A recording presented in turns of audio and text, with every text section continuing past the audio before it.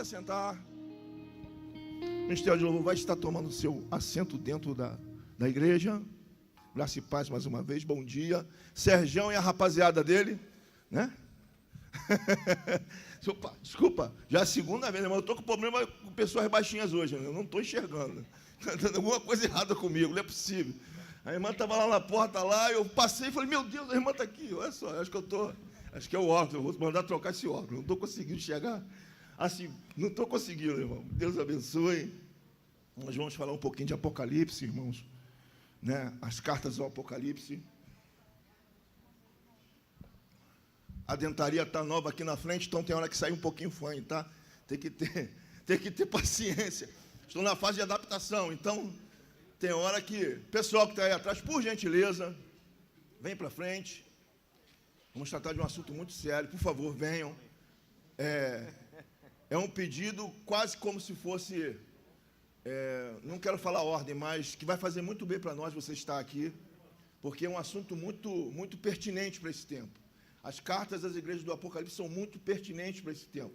Então, vai exigir da gente muita concentração para tentar entender tudo aquilo que Deus quer falar conosco para esse dia, para esse tempo.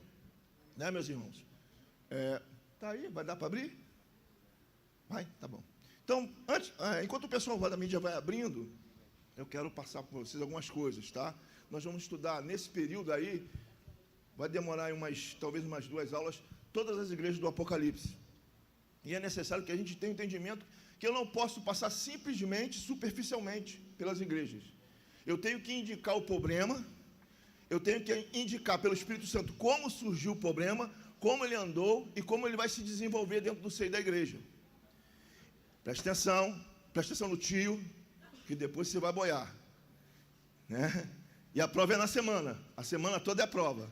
O bom da escola dominical, irmãos, é que você nunca se forma, né? Toda semana você vem para a escola e toda semana você faz prova, porque a prova é a nossa vida, né? E a aprovação vai ser quando Jesus tocar a trombeta.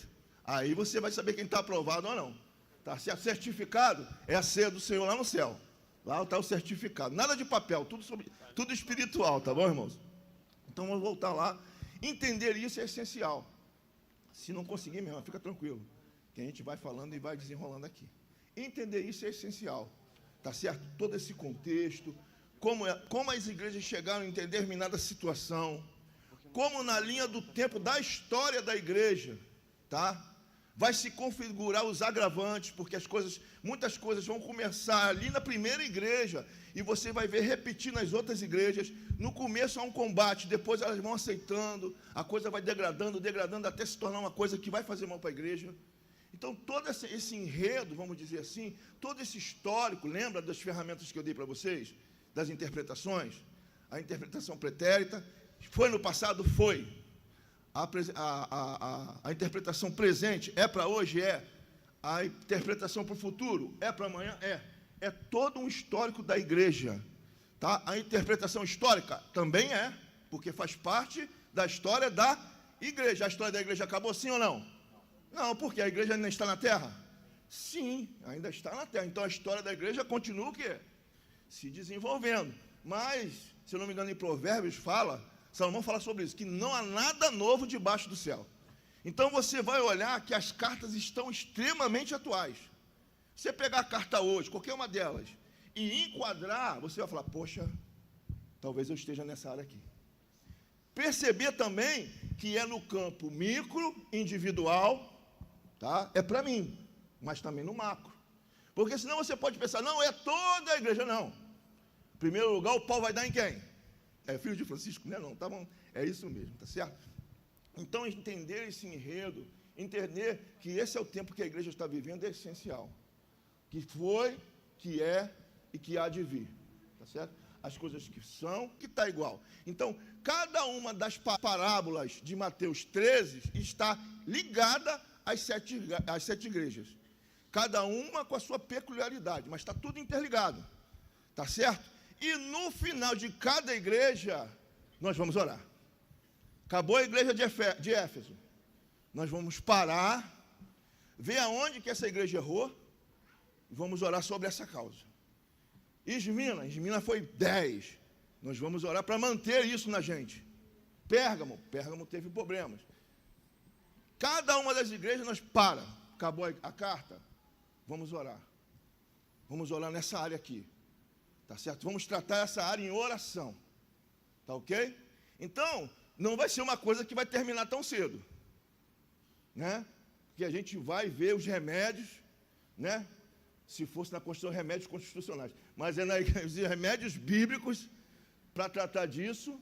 E a gente vai cuidar através da própria Bíblia. A própria Bíblia vai tratar a gente. Tá bom? Amém? Vamos lá. Deixa eu pegar aqui, abrir. Que não abri ainda, mas vai estar aberto agora. Vamos lá. Apocalipse capítulo 2, versículo 1. Escreve ao anjo da igreja que está em Éfeso. Lembrando, o anjo quem é? É o pastor. Ok? É o pastor. Então, vamos lá. Então, vamos melhorar a tradução? Escreve ao pastor da igreja que está em Éfeso. Isto diz aquele que tem à sua destra as 7 estrelas. Quem são as 7 estrelas? Lembrando, são as igrejas. Então, ok? Vamos lá. Vamos lá. E o que anda no meio dos 7 castiçais de ouro, que também, né, são as igrejas. Então, você vai ver nesse primeiro momento que o Senhor está o quê? Andando e vistoriando o que as... Lembra disso que eu falei para vocês na última aula? Ele está assim, ó. Ele está percebendo. Ele está olhando tudo que está acontecendo. Já começou a ficar bom, né? Porque ele está aqui. Ele está aqui, ó. Mas ele sonda o quê? O íntimo e o coração. Então ele está aqui nessa hora. Banco por banco, pessoa por pessoa. Tanto no micro como no macro. Ele sonda, ele está vistoriando. Isso é para quê? Porque ele nos ama. Primeira coisa que você tem que entender. As cartas são a manifestação da graça de Deus para nós. Porque quem é o pai que não cuida do filho? Me fala. Então Deus, no seu infinito amor, ele está fazendo o quê? Cuidando de cada um de nós. E aquilo que tem que melhorar, ele vai falar assim, olha, você precisa melhorar aqui. Mas ele vai mandar uma ressalva mais à frente. Ó, é necessário que você, o quê? Apressa. Porque brevemente eu vou vir. Tá certo? Então, entenda isso, é manifestação do amor, tá? Vamos lá. Eu sei as tuas obras, olha aí, já vistoriou, e agora está falando, ó, eu sei. Não está passando nada batido.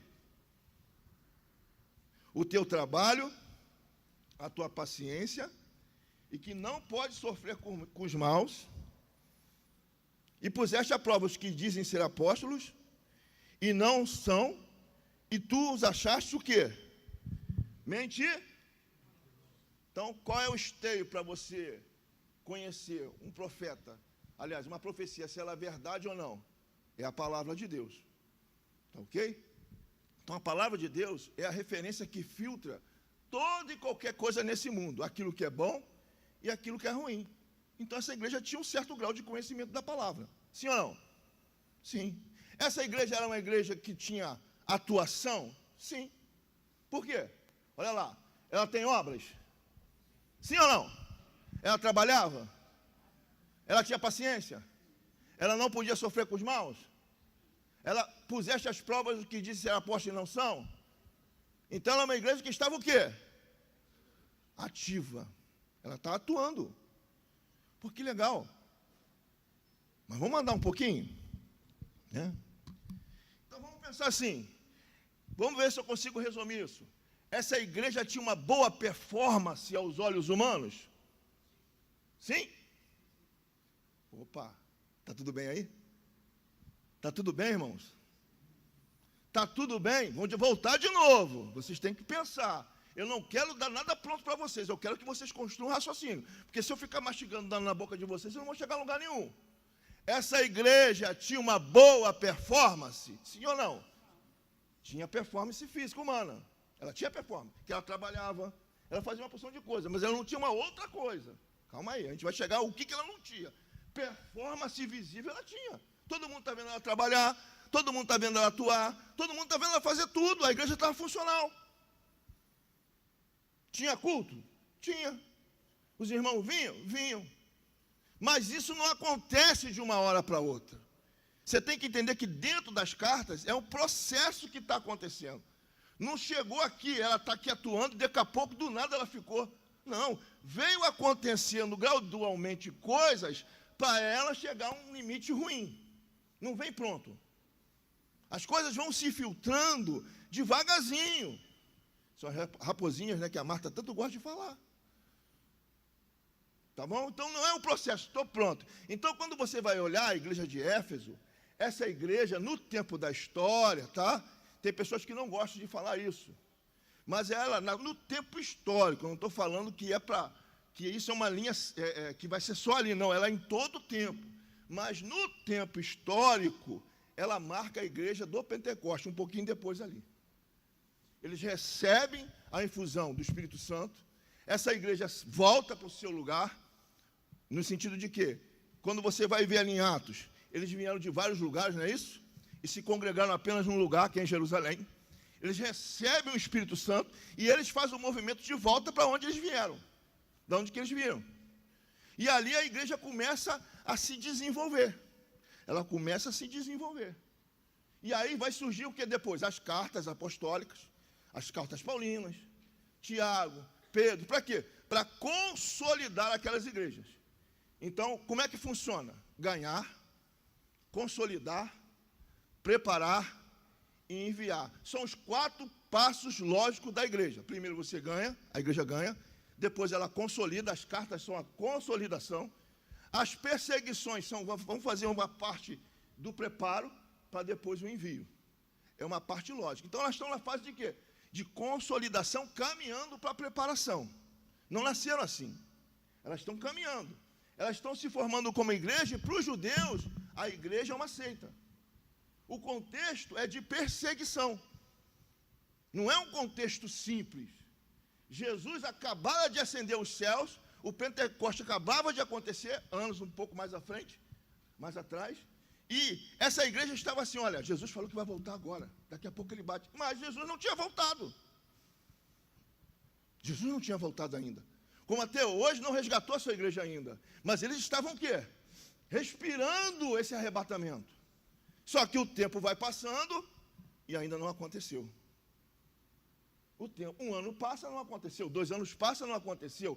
3 anos passa, não aconteceu. Então, o que está acontecendo com essa igreja? Ela está aqui e ela começa a fazer o quê? Arrefecer. Ela vai arrefecendo. É um processo. Você tem que entender que nosso esfriamento, o esfriamento do amor que a gente vai falar, não acontece no primeiro momento, é um processo. Você não amanhece amanhã frio, a coisa vai acontecendo. E você, se você não estiver atento, você vai acabar o quê? Perdendo ou esfriando o quê? O primeiro amor, que a gente vai ver mais à frente. Tá? Então a gente vai entender esse processo. É isso que eu quero que vocês entendam. Entendam o processo. Aqui o que está aqui não nasceu assim. Quando Jesus fala, eu tenho contra vocês que vocês perderam, não nasceu assim. Ela nasce saudável, mas ela vai o quê? Caminhando dentro de um processo. Ela vai se deixando levar.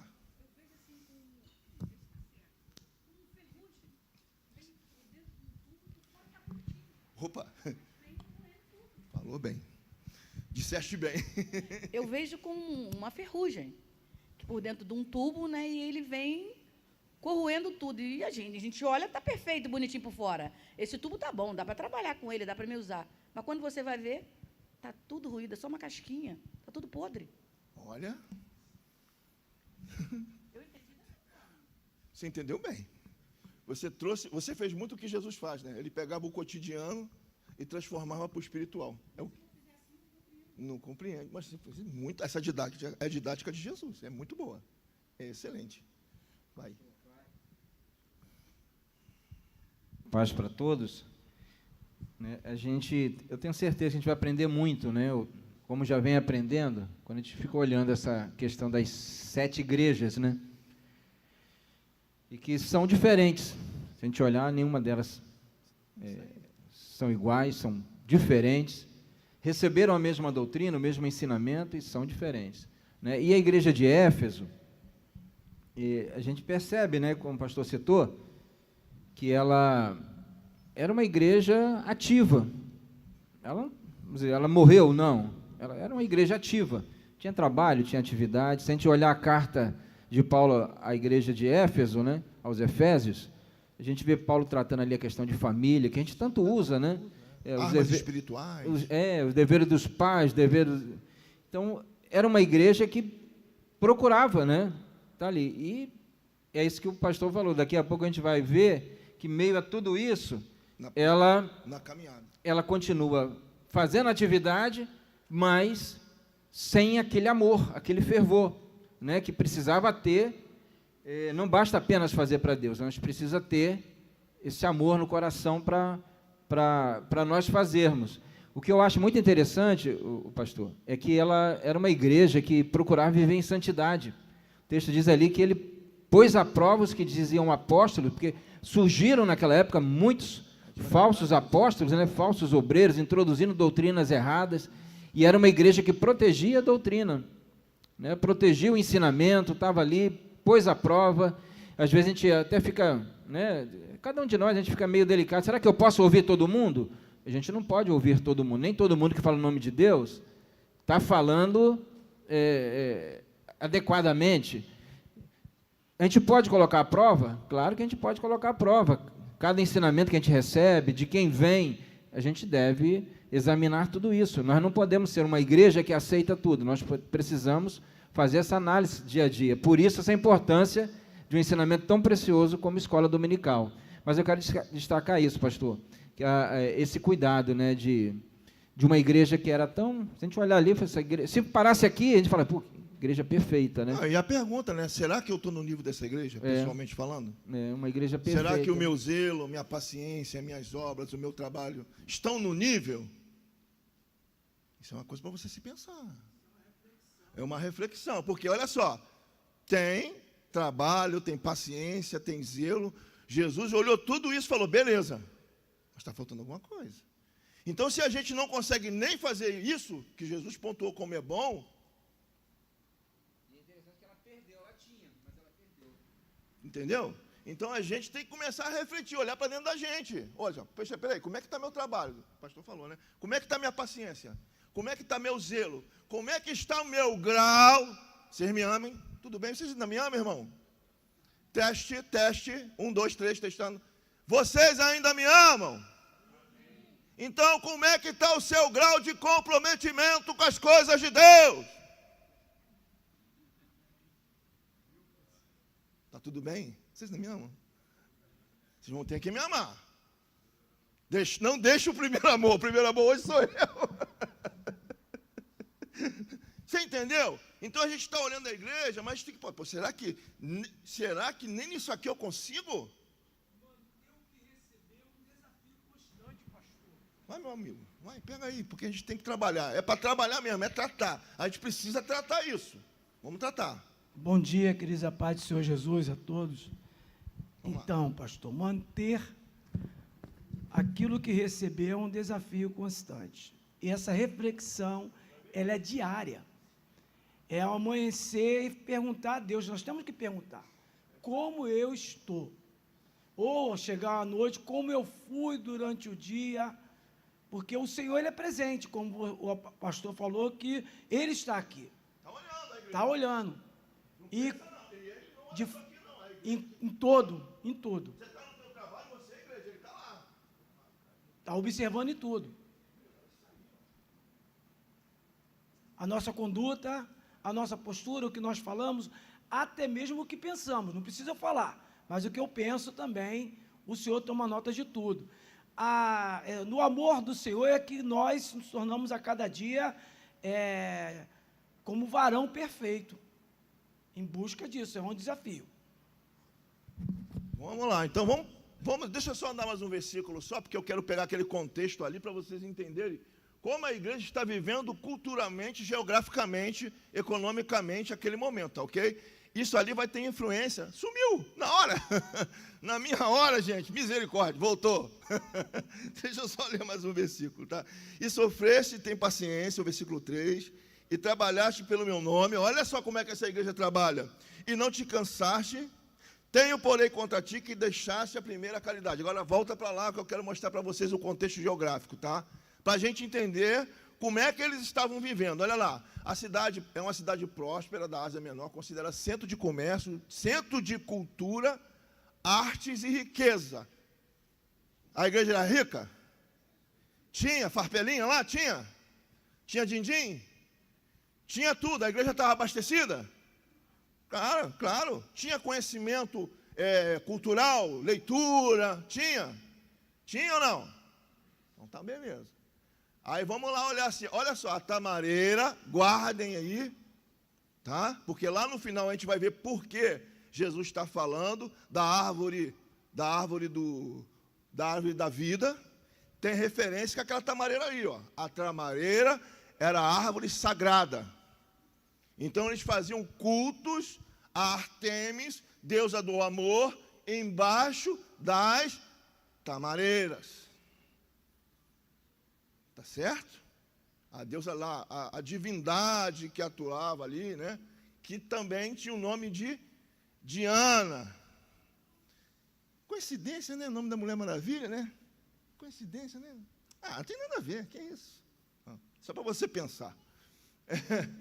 Era considerada divindade. Olha como é que era o templo de Diana.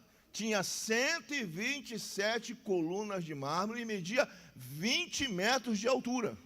E as moedas tinham com esfinge a mesma deusa. 127. 1, 2, 3, com mais 7, 10. Era perfeita aos olhos do homem. Mas também tinha 20 metros, mais 2, 12. Era uma espécie de igreja do inimigo. Fez um 12 ali, olha lá. Se você somar os números separados, vai virar um 12. Está vendo como é que o tio falou lá atrás, que a numerologia bíblica, olha o que o tio falou, vai ser usada aqui? Está vendo como é que o tio lá atrás deu uma aula mostrando história, falando, olha a história, vai ser usada aqui?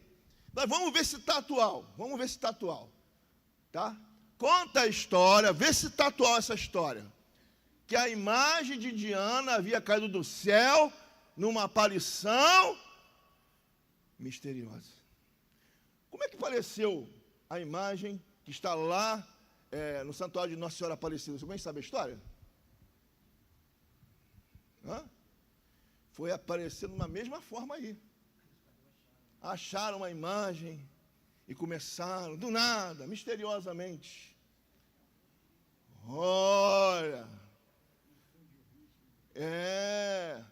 a história se repete. Está vendo como é que está atual? Poucos anos aí atrás, aí, ó. Éfeso tinha aprovação do Senhor, falamos sobre isso, e uma reprovação.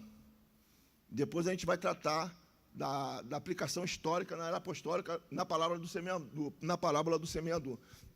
Então, você vai entendendo e vai observando, tá? Que quando aqueles cristãos olhavam o templo de Diana, eles falaram assim, olha, se Diana tem um templo perfeito, nós também temos, vamos fazer o quê? Um templo de acordo.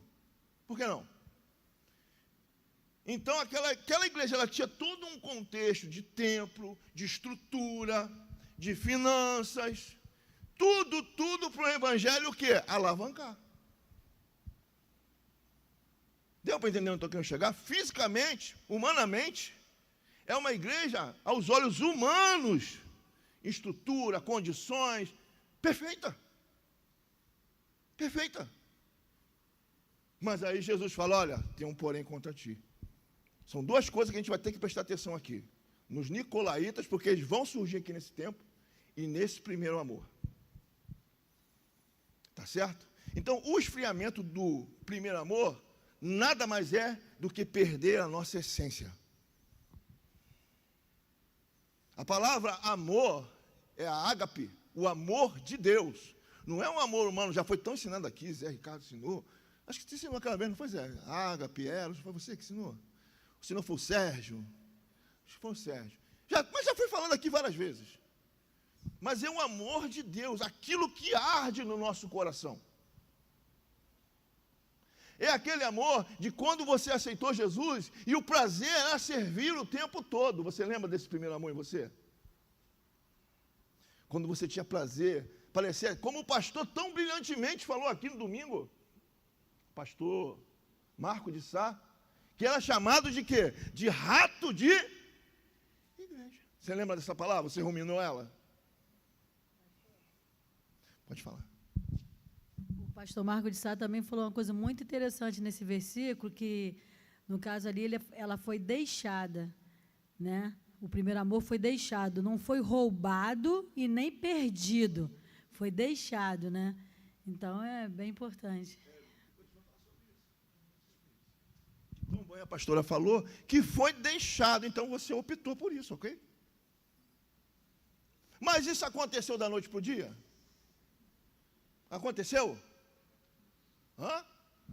O tempo foi passando, eles estão respirando a volta de Jesus, as coisas vão acontecendo, vão se infiltrando pensamentos, os pensamentos vão se infiltrando, começa com uma coisa pequena, insignificante, por exemplo, Hebreus 10, 25, abre lá, significante, o que é isso, pastor? Isso não é nada, abre lá para nós, todo mundo, o pastor gosta muito de falar, o pastor Marco fala sobre 10, 25. 10, 25. Se puder, você abra. Não deixando a nossa multa à congregação, como é costume de alguns, antes demonstrando uns aos outros, tanto mais quando vem, quando vai aproximando daquele dia. Hoje eu não vou ao culto, não. Hoje eu estou. Não dá para mim, não. Mas você não vai trabalhar, você não está na escola. Mas hoje não. Já fui semana passada. Semana que vem eu estou lá. Parece ser significante? Sim ou não? Você vai para o inferno se você deixou ir para o culto um dia? Sim ou não? Vai não. Não vai não. Naquele dia você não vai. O problema é quando a coisa vai se agravando. Hoje eu já não vou, porque eu não estou legal. Amanhã eu já não vou. Não vou com a cara daquele pregador.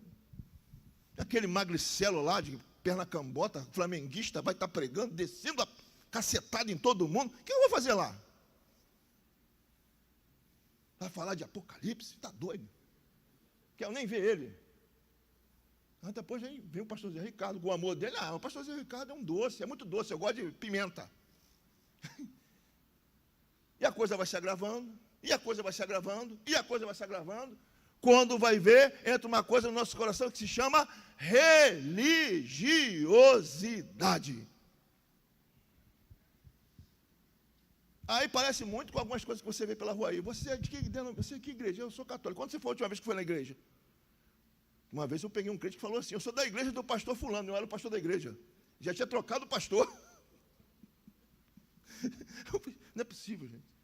Eu fiquei até pensando, será que eu estou enganado? Mas quem é esse pastor em tal lugar? Qual é a rua?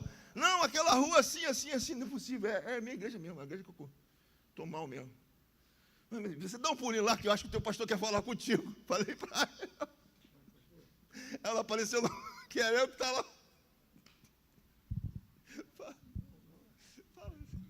Mas é muito ruim faltar ao culto. Eu estou sentindo na pele isso. É ruim, é muito ruim. Está trabalhando, como eu também estudo, às vezes quinta-feira a gente sofre muito. Né? Por quê? Porque você tem, se não me engano, 144 horas semanais. De culto, você tem mais ou menos 6 horas de culto. Você tem mais ou menos 128 horas, 134, 120 e poucas horas de ataque do inferno na sua cabeça. E só 6 horas para se alimentar, 2 horas para se manter vivo dentro desse universo mundano. Cara, é um oásis no meio do caos. E o crente acha que está plenamente abastecido para faltar um culto onde ele vai aumentar o poder de ataque do inimigo em mais 2 horas. Já não basta as 144 tirando 6, dá 140 horas de ataque. É televisão, é internet, é o mundo tentando te levar, é o teu irmãozinho querendo te encher a paciência, é o vizinho, muitas das vezes, tirando você do sério, que você tem que olhar e amar ele, buscar pela vida dele, e às vezes ele pisa no seu pé. É insignificante, parece que não é nada, mas é assim que começa a se esfriar. Falar de novo, pastor. A gente fica na escola dominical, né? A gente aprende muito, irmãos. Todos nós estamos aqui, né? A gente está estudando e a gente aprende demais, né? Quando o pastor fala de riqueza, cultura, eu trago isso para...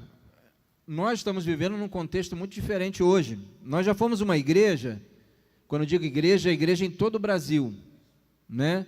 Em todo mundo. Nós já fomos uma igreja que a gente era a minoria, né? Hoje até se fala, estão lançando um candidato, né? A presidência já estão lançando, diz que a igreja vai, vamos dizer assim, vai colocar ele na presidência. E eu não estou falando de bolsonarismo, de Caiado, não estou falando de ninguém.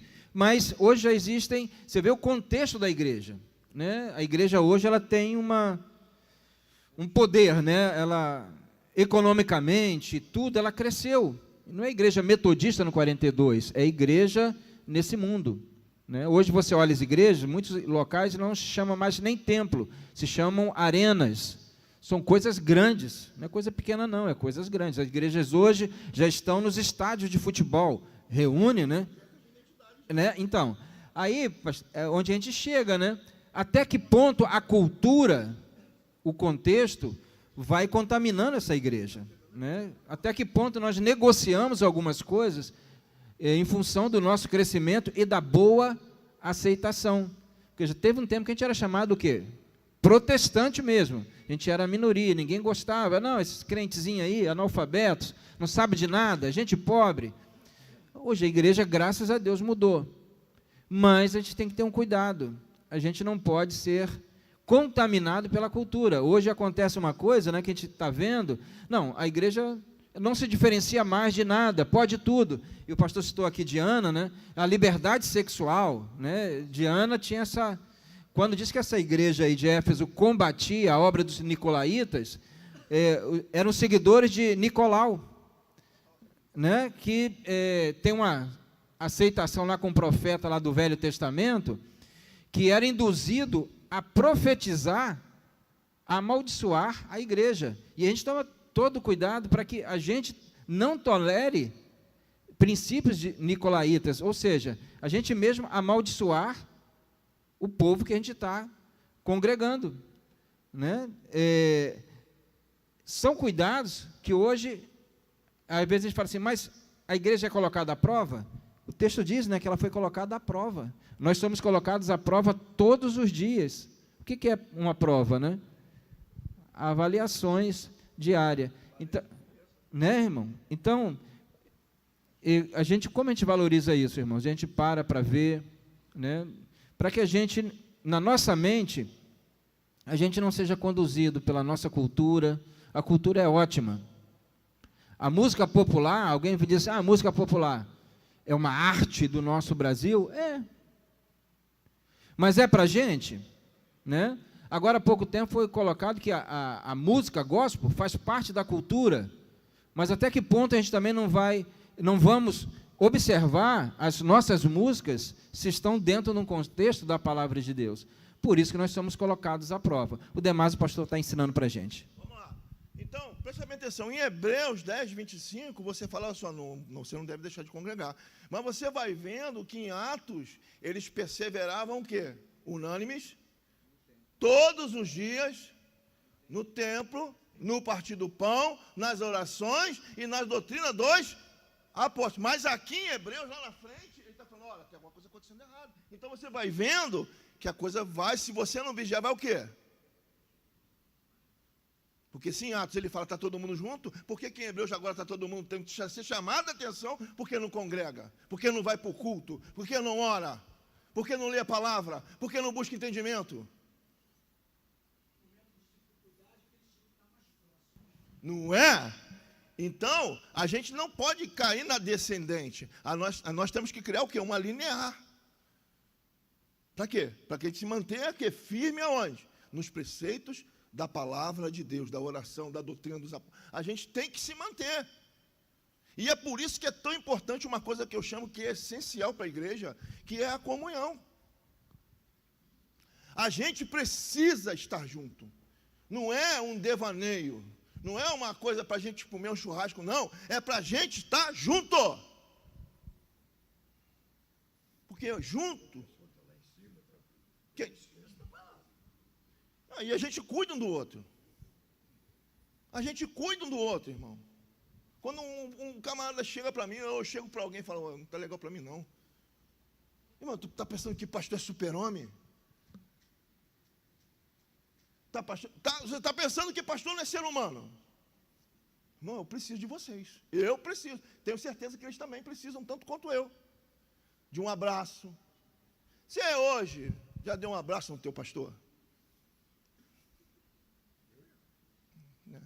Já deu um abraço?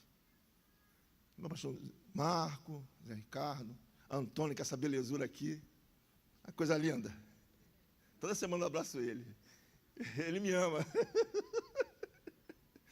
Irmão, a gente, então é um junto do outro. Então também é uma característica de esfriamento do primeiro amor, a falta de comunhão. E olha, a comunhão é essencial para a gente entrar no céu. Eu já falei aqui uma vez semana passada, não vou repetir. É fator sine qua non, suportar uns aos outros, amar uns aos outros, orar um pelos outros. Não existe igreja sem comunhão. Não existe céu sem comunhão. O princípio da Trindade essencial é comunhão. Deus Pai, Deus Filho, Deus Espírito Santo. Três com o mesmo poder, com a mesma força, com o mesmo entendimento, que andam na mesma direção, que se amam mutuamente. Olha o nível de comunhão. Então, se não houver comunhão na terra, meu irmão,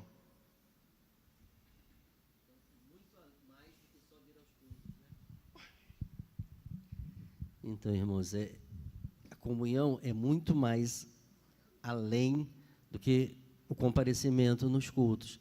Às vezes a gente vem no culto, volta para casa, vem no culto e para casa, mas não se envolve nos departamentos, não tem a integração.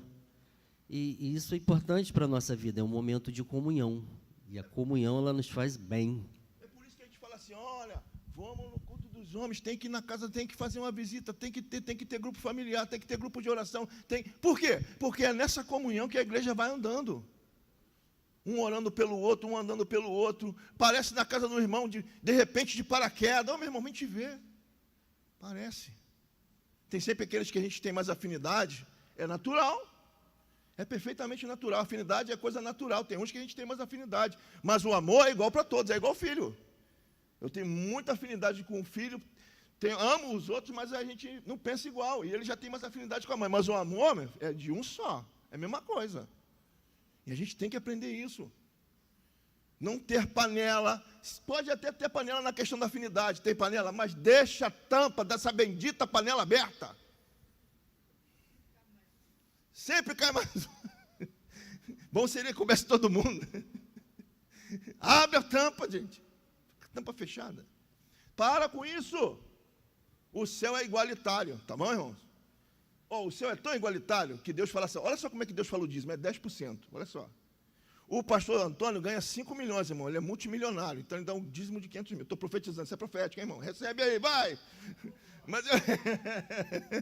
Mas eu ganho pouquinho, mas Deus fala, é 10%. O 500 mil que ele dá é a mesma coisa que o 1.000 que eu dou. Olha só que coisa. Para Deus é a mesma coisa. A fidelidade é a mesma. O céu é igualitário. Então tem que ter comunhão. Vou chorar um pouquinho, senão eu vou ficar aqui atrasado. Olha só. Conviver com práticas mundanas. Esfria o primeiro amor? Então eu deixei de ir para o culto, né? Então eu estou andando mais tempo no mundo, automaticamente os ataques vão o quê? Daqui a pouco aquilo que eu já não falava, já solta uma palavrinha diferente, né? Uma língua estranha, não é de Deus não, tá? Uma língua estranha do inimigo, Entendeu? Você entendeu que eu estou vendo uma língua estranha do inimigo? Então, solta uma língua estranha, bem estranha mesmo. Né? Daqui a pouco. Mas não é assim que acontece. Preste atenção. Aquelas pessoas que conviviam no meio de nós, que hoje estão no mundo.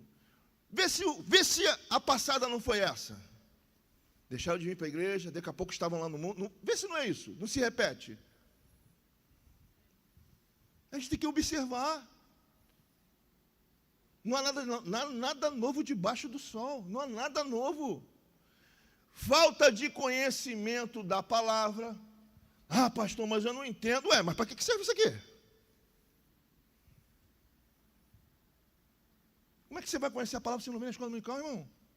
Ei, vocês estão aí? Se tiver aí, acho que não está funcionando, né? Como é que você vai para a escola dominical se você não vem conhecer a palavra? Está tudo bem aí? Não, tchau para ele. Vocês ainda me amam? Eu sei que alguém vai aparecer de noite e falar, pastor, você falou comigo. Não tem problema. Já estou acostumado. Então, irmão, como é que você vai conhecer a palavra se você não lê? Estou com a Bíblia e não abro. Não abre mesmo. Como é que você vai desenvolver intimidade com Deus se você não fala com Ele? Não, e o que é pior, já viu a nossa oração? A gente ora, a gente sozinho, tá? Aqui na igreja é um outro sistema, porque a gente tem que orar de uma vez, reto. Mas no nosso íntimo, e ppp, papapá, amém, vai embora. Não, peraí, você falou? Dá um tempinho, abre o seu ouvidinho para ouvir, porque às vezes Deus quer falar com você. Isso é a oração de verdade. A oração, a classe de novos convertidos cansa de estudar isso, lá na essência, lá no primeiro amor, né, o Atílio? Não é isso? Que oração não é um monólogo, é um diálogo. Cansa, vocês aprenderam isso, todo mundo aqui aprendeu isso. Passou pela classe de novos convertidos, batismo, eu passei lá, estava lá ensinando, Atílio, e a dona também, esqueci o nome dele, Adriana, que a cabeça está longe, passaram e falaram o que? A mesma coisa. E o crente vai orar no seu interior, lá no seu casinho, parece que tem uma pressa, mas ele andou devagar o dia todo. Mas na hora da oração é uma pressa, parece que o relógio não passa, o joelho cansa rápido, né? Na hora de ouvir Deus, nem pensar. Mas ouvir Deus é ouvir Deus audivelmente, ouvir Deus através da palavra quando você lê, ouvir Deus através de uma atitude, ouvir Deus através até mesmo da própria circunstância que acontece em volta de você. Porque tem vezes que Deus fala, Ele não vai falar, Ele vai mover algo dentro da própria natureza, Ele vai estar falando contigo. Mas como é que você vai ter essa sensibilidade? Você perdeu a intimidade, e a falta de intimidade vai fazer que o primeiro amor é o quê?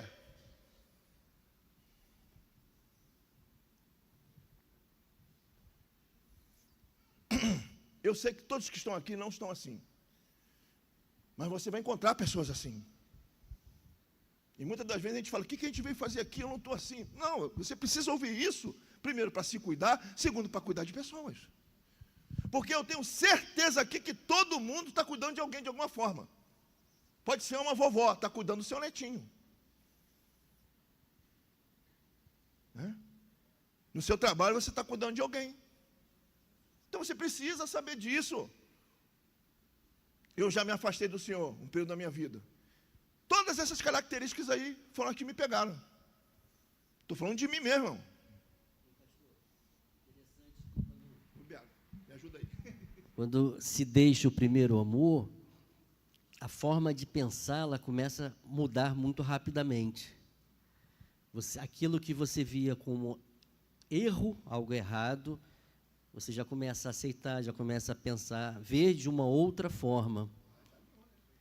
Então, isso vai afetando. E aí, você normalmente tenta convencer outras pessoas. Então, a gente tem que estar atento, porque vão se aproximar, aquele que está frio, não é bem assim não, isso é relativo. Então, vai começar argumentos. Mas, quando se deixa o primeiro amor, muda-se a forma de pensar. Eu fico olhando, posso deixar de falar do direito, porque eu estou vendo muito esses dias, né? Então eu falo assim, é igual o bandido quando chega para ser preso. Você sabe disso. Você fez isso? Sou inocente, doutor.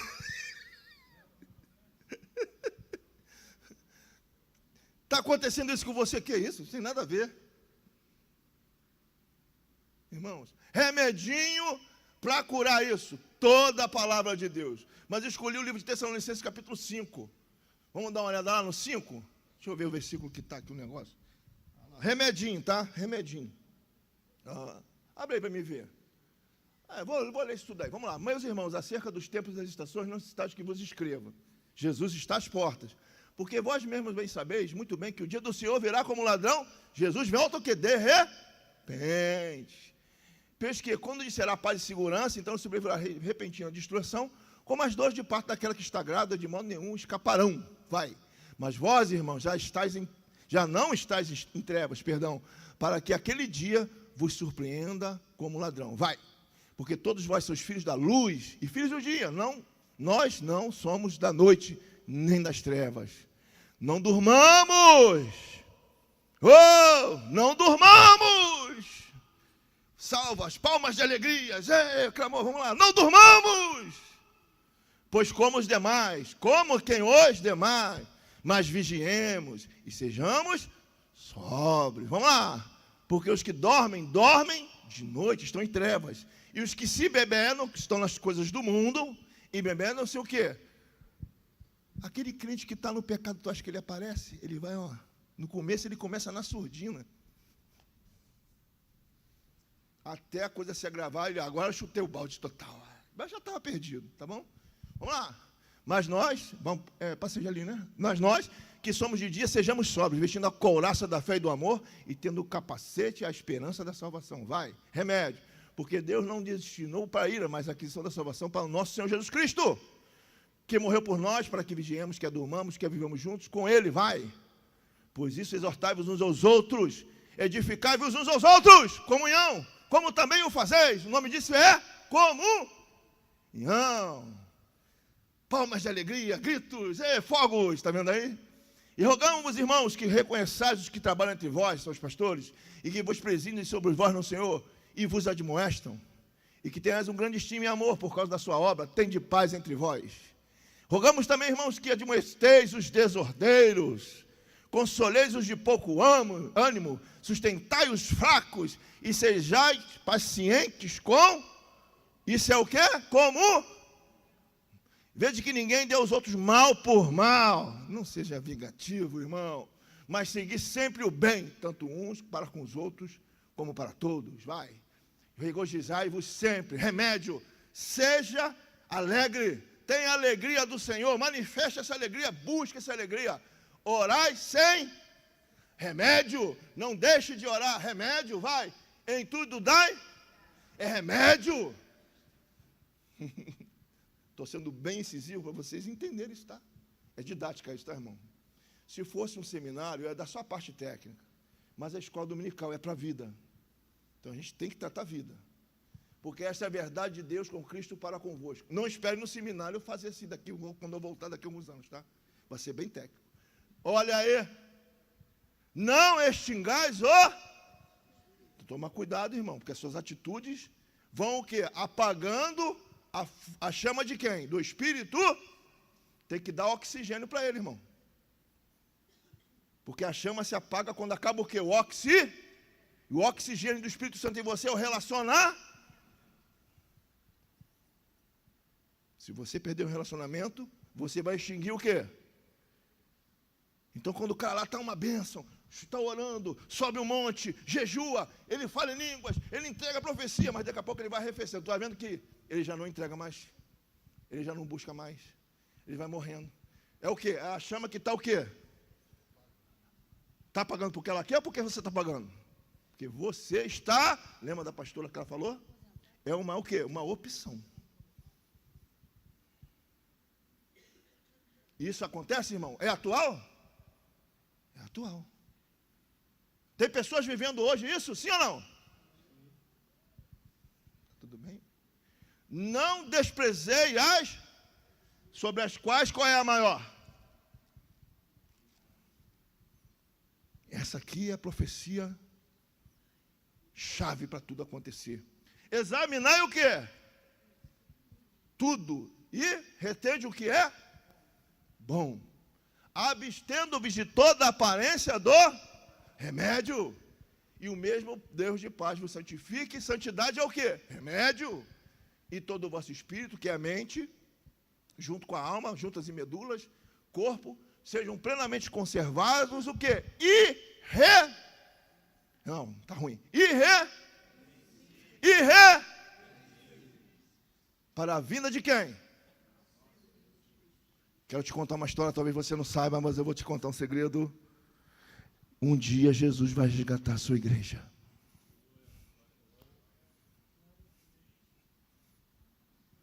Um dia Jesus vai voltar e ele vai dos altos céus,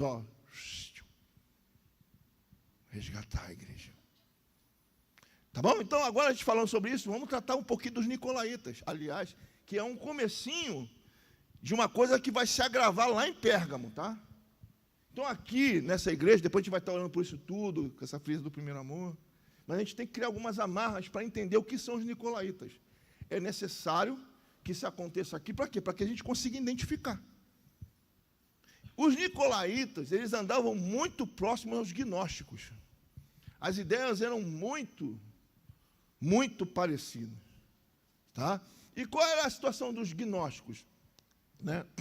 Primeira coisa, tudo aquilo que você faz na carne não importa, porque importa é seu espírito. Então, o pecado que é na carne, isso não é pecado, não existe mais pecado. Tudo se tornou o quê?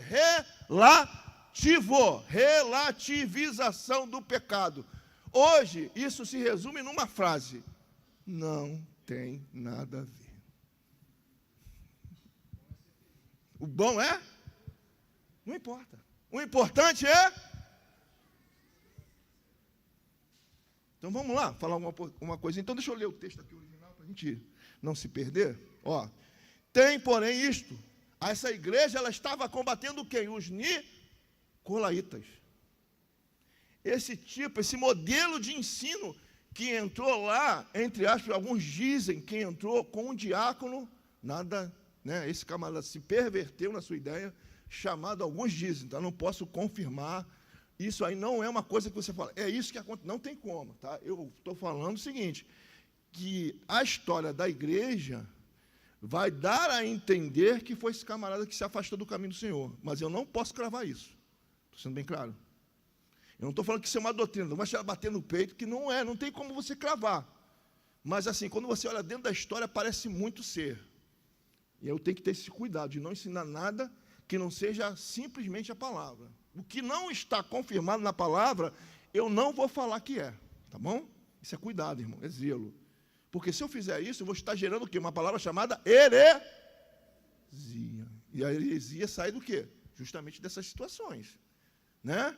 Então, a gente tem que ser vigilante, irmão. Por isso que é um cuidado, tá bom? Está lá em Atos 6:5. Vê lá se não tem um diácono lá chamado Nicolau. Então, o que acontece? Olha lá.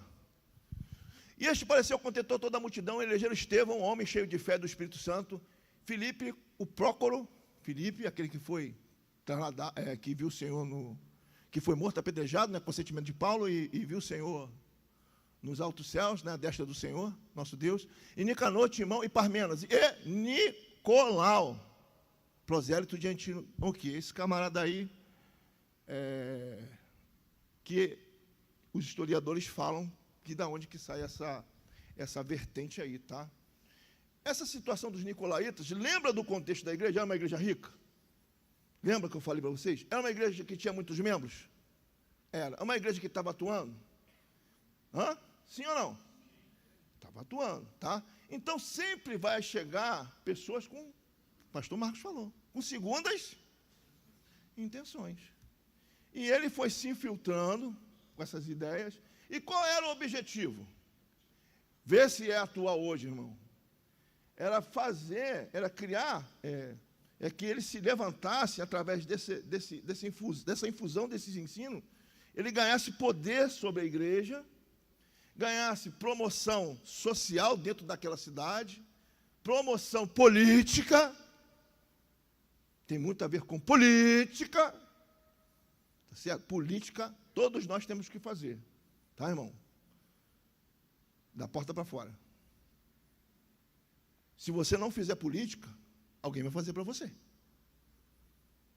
Tá certo? Faz parte da vida do ser humano. A política faz parte. No Brasil não é tão saudável, mas faz parte. Mas da porta para dentro, e principalmente aqui, eu quero o presidente do Brasil dentro da igreja, crente. Ele é presidente lá fora, aqui dentro ele é servo do Senhor. Tudo bem, irmão? Ele é presidente lá fora. Não quero nem saber o que ele é lá fora. Eu quero saber que dentro ele é servo. Então, a intenção era o quê? Ganhar consistência política, ganhar essa consistência social. E como é a melhor forma de você ganhar rápido, conquistar rápido alguma coisa? É facilidades. Então, essa ideia, essa heresia, ela aponta o quê? Facilidades. Porque onde tem facilidade, você vai encontrar pessoas para andar perto de você. Quanto mais facilidade você oferecer, mais vai ter alguém para falar assim, meu chegado, você é meu parceiro. Agora, enrijece o negócio para tu ver, se alguém quer olhar, ninguém quer nem te olhar. Por isso que a porta do Evangelho, ela é larga. Ela é o quê? Estreita. Só cabe quem? Você mesmo. É tão estreita que só cabe você. As coisas do mundo ficam para onde? Para trás. Então, essa doutrina dos Nicolai, ela anda com o gnosticismo. Então, eu vou trazer algumas coisas do gnosticismo aqui, ó. O gnosticismo tinha um dualismo radical, tá? Para o gnóstico, a carne era má. Então, a carne vai morrer. O que vai se salvar é o quê? É o espírito. Na cabeça do gnóstico, tá, irmão? Tá certo? Tá ok? A carne para o gnóstico era tão mal que para ele Jesus não vem em carne. João vai falar, olha, nisso vocês vão conhecer o anticristo. Todos aqueles que não aceitaram que Jesus veio em carne, esse é o espírito do anticristo. Jesus foi ser humano, fisicamente, homem como nós somos homens. O nascimento é divinal, mas ele é homem. Foi homem. Viveu como homem na terra, foi crucificado, sentiu dores, chibatadas, os açoites nas costas de Jesus, os espinhos que feriram a sua cabeça. Doeu!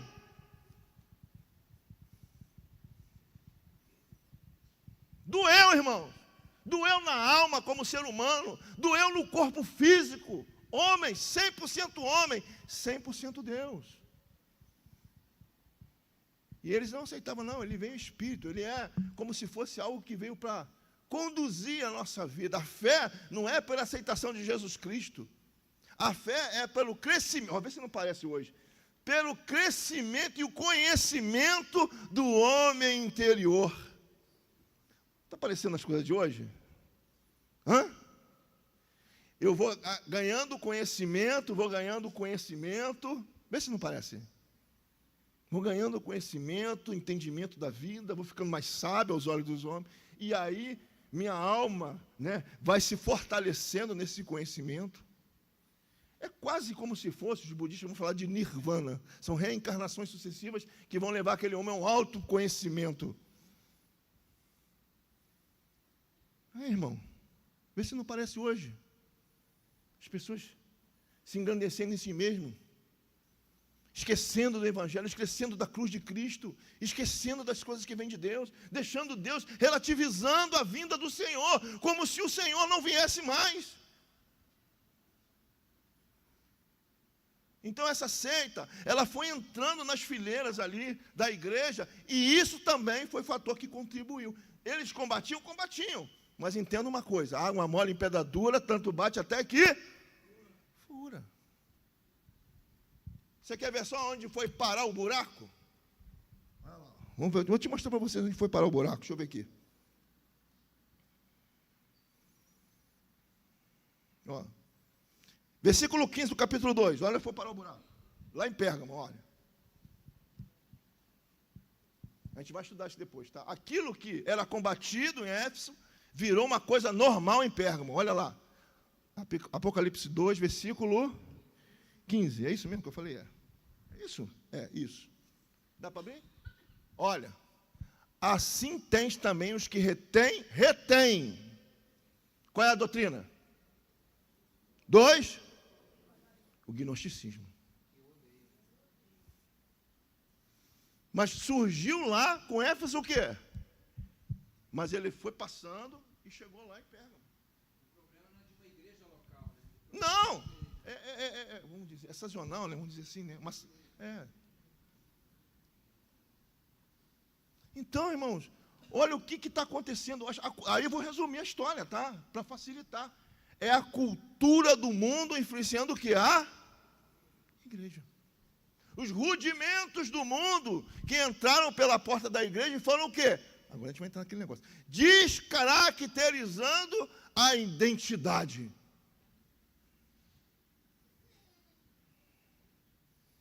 Perdeu a essência. Perdeu o primeiro amor. Combateu até bem os nicolaítas, mas isso foi passando, perpetuando. Não naquela igreja, mas foi ganhando corpo em outras. E, quiçá, pode ter até voltado como uma doutrina fundamentada a Éfeso. A história não vai falar, mas quem diz que não pode? A gente não sabe. A palavra não está falando isso, mas a gente pode até conjecturar, porque está andando ali no meio, pode acontecer de voltar e pegar. Então, a gente tem que olhar hoje para dentro da gente, agora assim, no micro, e falar, poxa, onde que eu estou me alinhando com a cultura do mundo? Quais são os preceitos do mundo que eu mantenho vivo dentro de mim?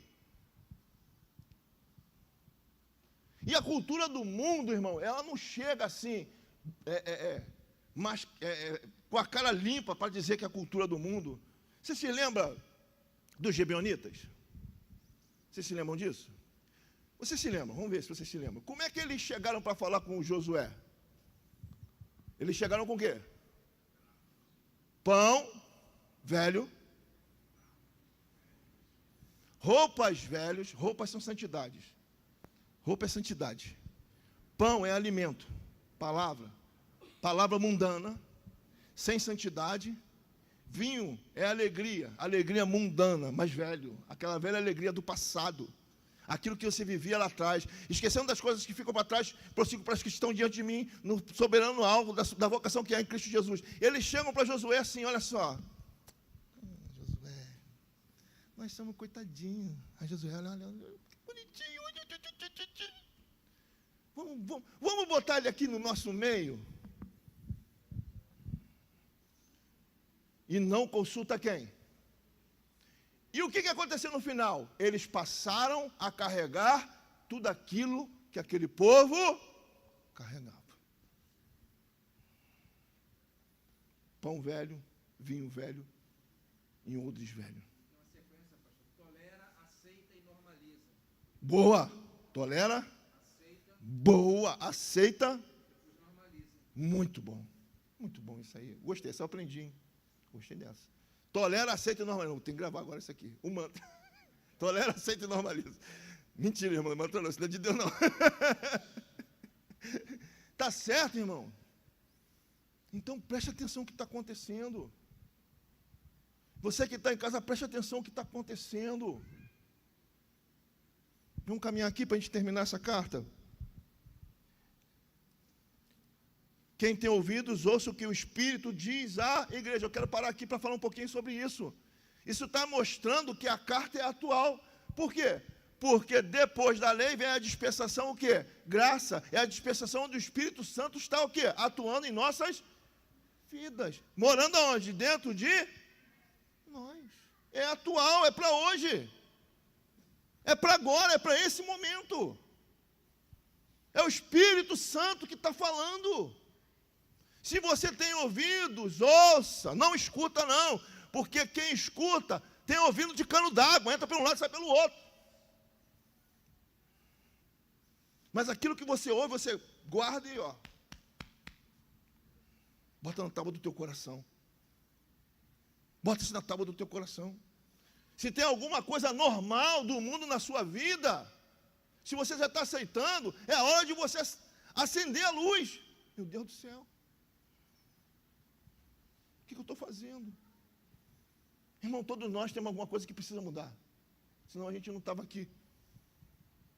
Porque se a gente tivesse perfeitinho, Deus não vou levar, porque senão ele se perde.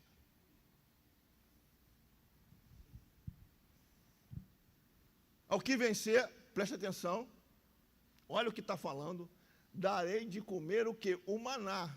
O maná, o que é o maná escondido? É o maná que estava onde? Dentro da onde? Da arca da aliança. Só quem entrava na Arca da Aliança no Antigo Testamento, na frente da Arca da Aliança, era o sacerdote, mas na época de Moisés, quem só entrava? Moisés, não é isso? Existia toda uma ritualística para que ele entrasse, né? Era um processo, já expliquei isso para vocês, até ele chegasse em cima da tampa do propiciatário, né? Onde estava a Shekinah, a Kadosh, Baruhud, era a santidade de Deus, viva, em cima daquela tampa.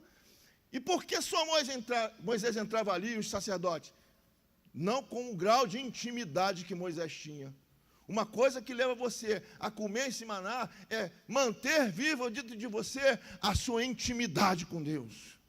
É isso que ele está falando. Olha só, eu quero que você mantenha viva e manifeste e busque uma intimidade comigo, uma intimidade profunda, a ponto de eu conhecer você e você me conhecer na minha essência. Intimidade.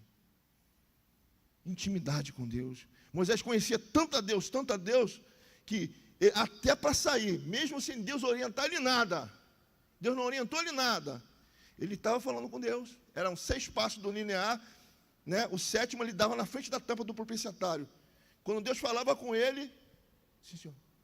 Sim, senhor. Tá bom. Moisés, não virava as costas. 6 passos, 7 passos para trás. No 6º passo, ele estava no linear. Ele abria um linear e dava o 7º, de costas, fechava o linear. Só assim ele virava as costas. E hoje tem crente dando as costas para Deus, do nada.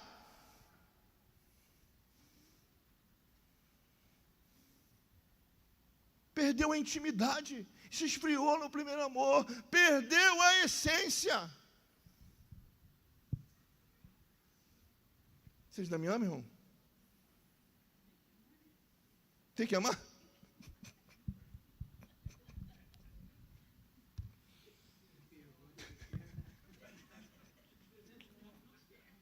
É bom rir assim, isso aí é comunhão, irmãos.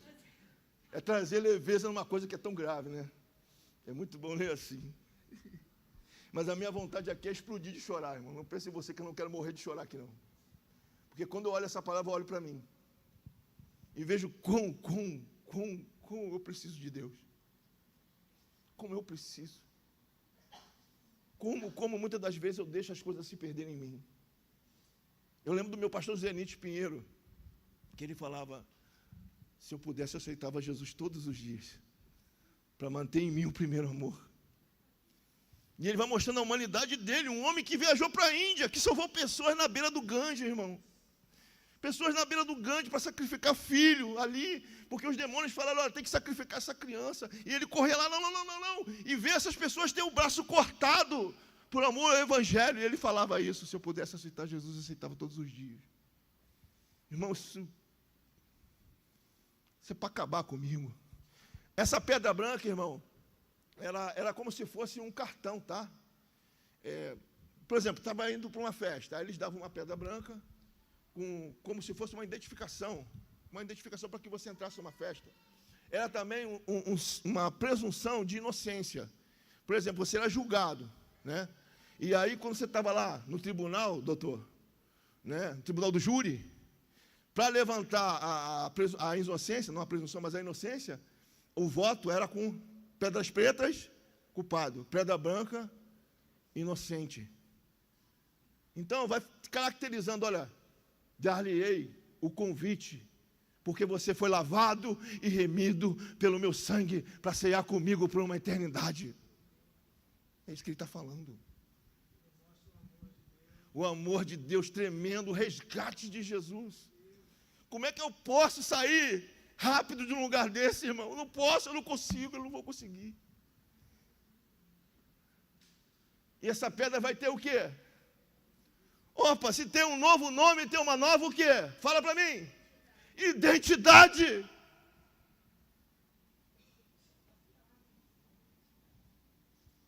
Pastor Marco me deu umas aulas, eu fiquei fera.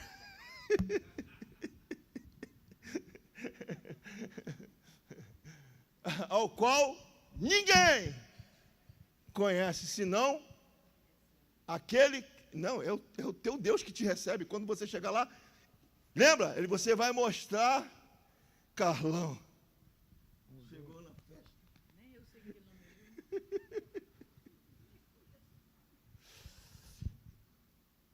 Curva a cabeça, irmão. Senão, Senhor.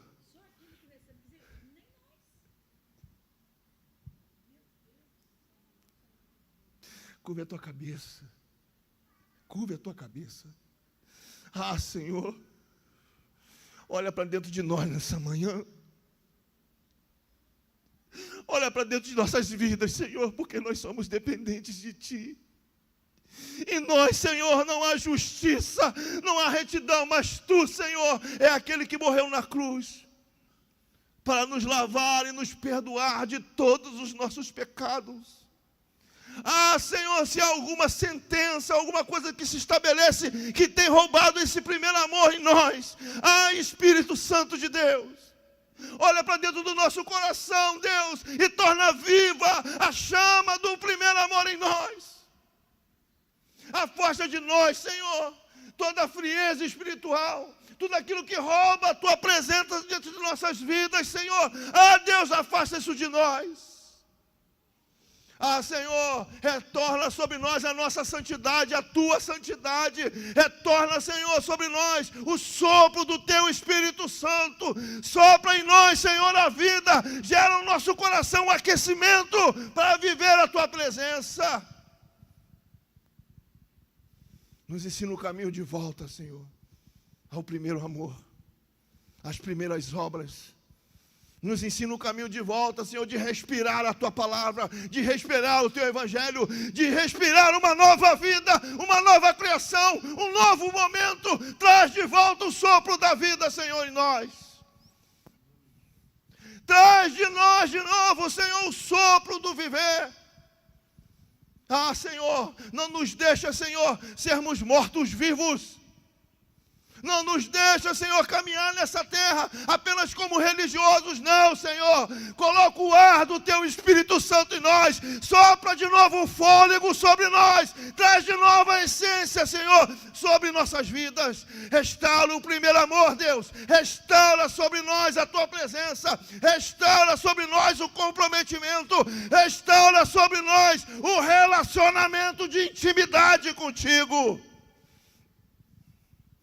Não uma aparência de homens. Não, Senhor, uma casca, como se foi falado aqui. Não como um cano que é enferrujado por dentro, mas bonito por fora. Ai, ele abassuriando, ela abassuri, canta, ela abassa. Não, Deus, não. Mas uma nova essência. Um novo respirar, um novo mover, Deus, uma nova história.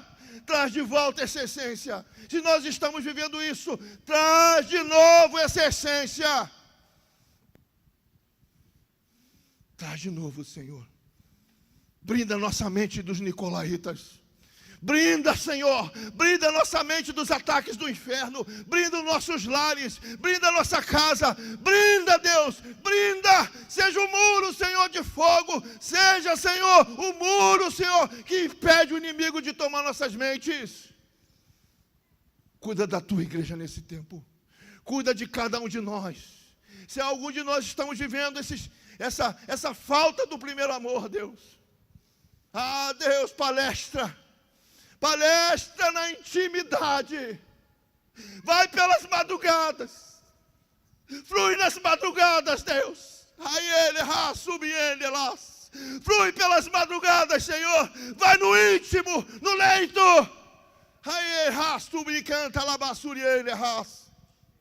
Vai, Deus, vai movendo o despertar pelas madrugadas, mas um despertar na essência. Ah, Deus, vai nos cantinhos da nossa alma, traz a sujeira para fora, limpa, Senhor, limpa, limpa, limpa, limpa. Ai, surpreende, ire canta la basurie, ai, elas, ure canta la basuriende lá, ei, ras, oi, né, ras. É que ele ama suriende ras. Eia! Labassurie ras. Aí é bassurie, calabassurie. Eis que o Senhor passeia pela igreja nessa manhã. Aí ele rassume, canta labas. Eis que o Senhor contempla como se fosse uma máquina de raio-x. Ele olha por dentro e por fora, por dentro e por fora, por dentro e por fora. Chamas de fogo, sapatos que se reluzem como um bronze, que retine os olhos. Santidade com vestes longas. Tu tens chamado o teu povo, Senhor. Tu é aquele que sonda a nossa mente. Tu é aquele que esquadrinha a nossa alma. Senhor, traz de novo o nosso comprometimento, a nossa dedicação. Não uma dedicação religiosa, mas uma dedicação de intimidade, de prazer, coisa que não é pesada. Tira o peso, Deus, tira o peso. Porque tem pessoas nesse lugar, nessa manhã, que estão carregando um peso. Tira o peso, Deus, tira o peso. Arranca esse peso. Torna de novo, Senhor, esse fardo leve. Torna de novo esse fardo leve, Deus. Porque não foi tu que colocaste esse fardo, mas são elas que se colocaram nesse fardo. Mas tu tem poder, Deus, para desfazer isso, para destruir isso, para desfazer o que o inimigo tem roubado. Tu tem o poder de afastar o inimigo da mente dessas pessoas. Traz de nós a nossa essência. Nos ensina, Senhor, a voltar a sermos como criança. Senhor, nos ensina a voltar ao primeiro amor. Em nome de Jesus. Em nome de Jesus. Amém.